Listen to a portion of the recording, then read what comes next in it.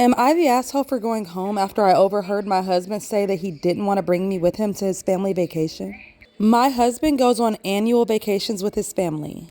I'm on okay terms with his family, but since we've only been married for a short time, I don't see them very much. We still have that barrier that keeps us from being completely comfortable around each other. His family arranged for the vacation last week. Out of curiosity, I asked if I could come. My husband felt hesitant, but I told him that it would be a great opportunity to get to know his family better. He agreed to take me, and his family were surprised to see me, but still welcomed me. On the third day of the vacation, his dad, mom, and brothers and their spouses were all sitting at a table outside talking while I was preparing a fruit salad. As I was making my way back, I overheard my mother-in-law say, "Does she really have nowhere else to spend the weekend?" At first, I had no idea who she was talking about, so I just kept walking. But I stopped dead in my tracks once I overheard my husband say, "I know, and I didn't want to bring her with me, but what else was I supposed to do? You know how pushy she can get." I instantly realized that they were talking about me. I felt so shaken up to the point where I almost dropped the salad. This whole time I was there, I cooked, cleaned, looked after the kids, and this is how they think of me? An inconvenience to them? I quietly booked a ticket and went home on the first plane. He called and texted me, and I didn't respond with anything other than to let him know that I was home. When he got back, he went off on me saying how disrespectful and juvenile it was that I left. I told him that I overheard the conversation that he had with his mom, but he said that I was wrong for eavesdropping and that his family will warm up to me on their terms, so I need to stop being so pushy around them. He said that it's not their fault that they feel uncomfortable around me. Basically, he was saying that it was my fault for coming along in the first place. He said that going home like that made him and his family really disappointed in me and gave them a really bad impression about me. I think I might have messed up, and I honestly think I ruined it for them as well. Am I the asshole? My first question is, does the husband even like his wife? Like, who talks about his wife like that behind her back? Asshole. Am I the asshole for taking my girlfriend's dog without her permission? My girlfriend has an Australian Shepherd named Maverick that's very friendly with everyone. My nephew loves Maverick and always begs my sister and brother-in-law to let him visit us so that she can play with him. My girlfriend sleeps with Maverick pretty much every night. She claims she has a hard time sleeping without him.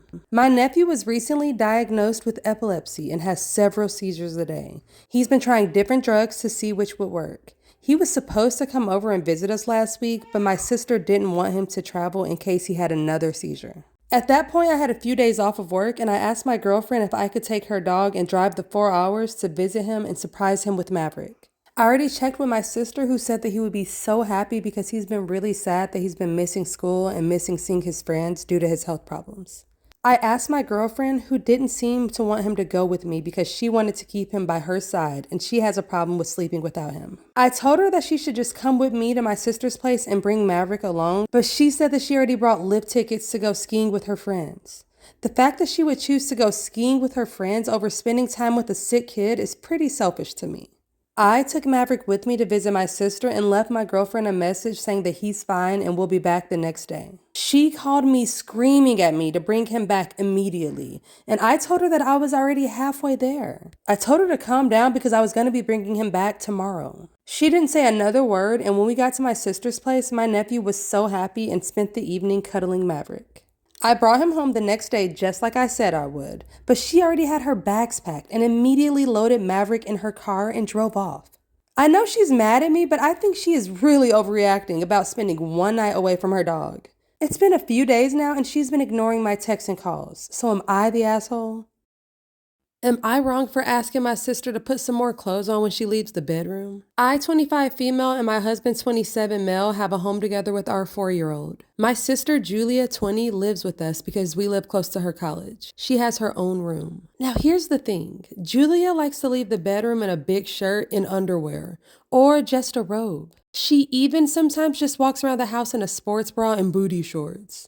I've asked her nicely to change before, but she just keeps doing it. The other night she did it again, and I just simply said, "You need to cover up." She got all mad, arguing that she lives there too, and accused me of being worried that my husband would sexualize her. I told her that that is definitely not the case, but there was a young child in this home, and it wasn't appropriate. I told her bottom line, she needs to start covering up before she leaves her room. We ended up getting into a huge fight about it, and I told her that she could run around her room naked for all I care. But she better start covering up before she leaves her room or else. Now she's avoiding me. Am I wrong for calling the police on my fiance? Last night, my 35 male, fiance 38 female left in the evening to give a friend's son a ride back to his house. My fiance implied that she would be home before 9. She left at about 7:45. 10:15 rolled around and she still wasn't home. I texted her and she apologized to me, saying that her friend's son was actually in the next town over, about 30 minutes further away, but she said that she was coming home right now. 11:45 rolled around and she still hadn't come home, so I called and there was no answer. I texted her and got no response. At this point, I was getting really mad. 12:30 a.m. rolled around and still no response and no answer to my phone calls. I was extremely angry at this point. 1:30 rolled around and my anger had completely transformed into worry. Not answering my calls and my texts were not read. At around 1:45 in the morning, I called the police. I've always heard that the first 24 hours of someone being missing is the most important, so I did not want to wait. I asked them to let me know if there had been any traffic accidents involving her car. The operator told me that they would put out the word and send some cops to check along the route that she would travel. I called all the hospitals in the area to check if she had been checked in, and I waited outside watching the road for her car for 3 hours. I just didn't want the kids to hear me on the phone with the hospitals, and I was really worried. At 7 in the morning, she came home. She apologized for being out and she said that she had no excuse. She was driving home and felt tired, like she was about to fall asleep at the wheel, so she pulled over to the side of the road to take a nap. When she pulled over, she found that her brand new phone had stopped working. She said she napped anyways because it was the responsible thing to do, and then she came home at 7 in the morning to bring the kids to school and to get to work on time. I immediately called the cops and told them that she had come home safely and gave them the case number and told them to stop searching, which of course they did. My fiance brought the kids to school and left for work, and then I got a call from a policeman asking where she worked. I told him where she worked and asked why, and I was informed that it was their policy to check on the person's wellness after a missing person was found. I asked them to not go by her work but to give her a call instead. He said he couldn't make any promises. So my fiance is relatively new to her job. A police officer showed up and asked to speak with her. She is now enraged at me for calling the police and sending a cop to her work and making her look bad. She's saying that I overreacted and that she wasn't missing and that I was punishing her for doing the responsible thing and not driving drowsy. She's saying that she never was going to leave the house again except for work because she's afraid that I'm going to call the cops on her again. So did I overreact? Should I have waited 2 days like she suggested? 2 days? No. I don't know about this dude's fiance because I don't even know if I trust her story at all. Like, she's saying she slept on the side of the road until 7 a.m.? Oh man, I don't know. What do you guys think? Am I wrong for asking my mom's boyfriend to stop trying to act like he's my dad? So my dad died suddenly about a year ago and my mom found this really nice guy that she started seeing. I'm 23 male and going into my final year of college. My mom's boyfriend has 2 daughters ages 15 and 13.